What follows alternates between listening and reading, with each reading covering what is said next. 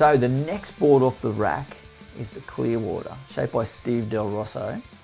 Now Steve, he's been shaping in Currumbin for many years now, but he actually started his shaping in WA. So he shapes for heavy, big wave conditions. So it's the kind of board that should work in what we were surfing it in. This is Soli's. Sophie had a lovely blue one. Yes, it was pretty. It was very pretty.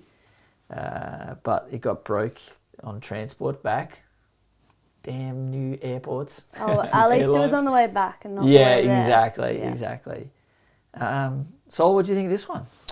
Yeah, this, to me, when I instantly pick something like this up, you just go, yep, it's built in somewhere with solid conditions, like originally built, you know, like it doesn't surprise me one bit that he's originated from West Oz. Solid, windy, powerful waves. You know, this thing worked in the 6 foot left that we surfed on the first day. It was my first board I took out, and a little bit of pent up energy from a few days of no surfing.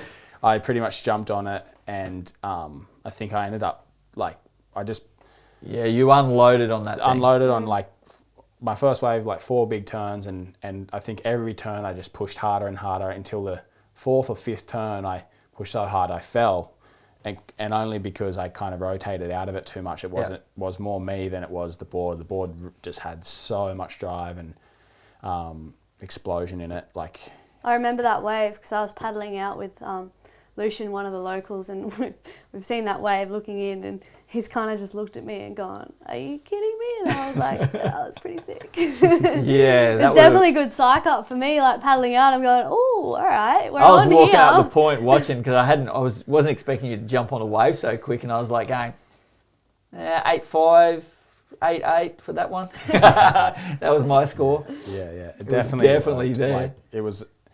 To get on a board and that happened first wave, and not to fall on like the first or second turn when you're pushing a board that hard, it's like it really does mean it's just got heaps of drive, power, and stability. It's probably, out of the whole lot of boards that I rode, it's definitely the strongest board.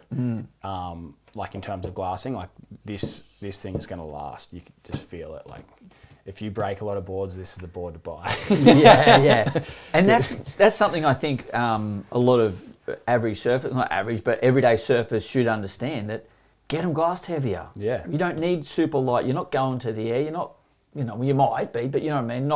You're not trying to run a heat. You're trying to, it doesn't matter if you snap a board, if you've got a board sponsor, but for a lot of regular surfers, get them glassed heavier. This is what you want to do. Yeah. There's not even a compression thing in that thing, and you are smashing it. Yeah, definitely. Definitely is a strong, heavy wave built board, and that's right. Yeah. I mean, even looking at it, like, it's narrow. It's got a little swallow on it. It's Even the colour looks aggressive.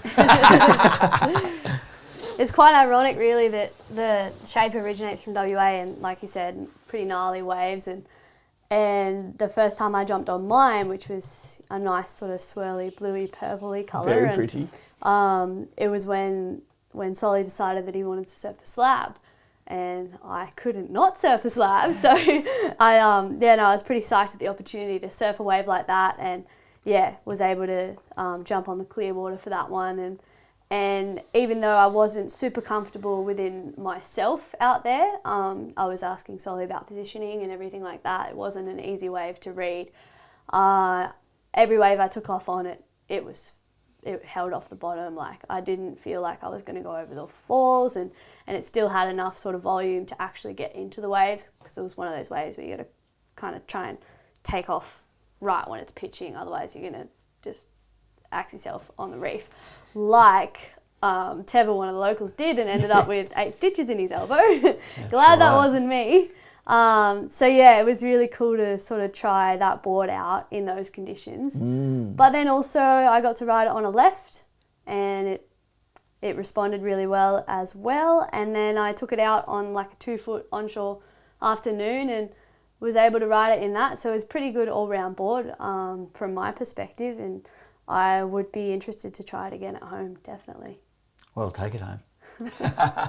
Oh, except it got damaged on the way Well, back. I'm sure we can get the nose fixed. It's only a little nose break, so it's not too bad. Yeah, sweet. Great board. Thanks, Steve. Thanks, Clearwater.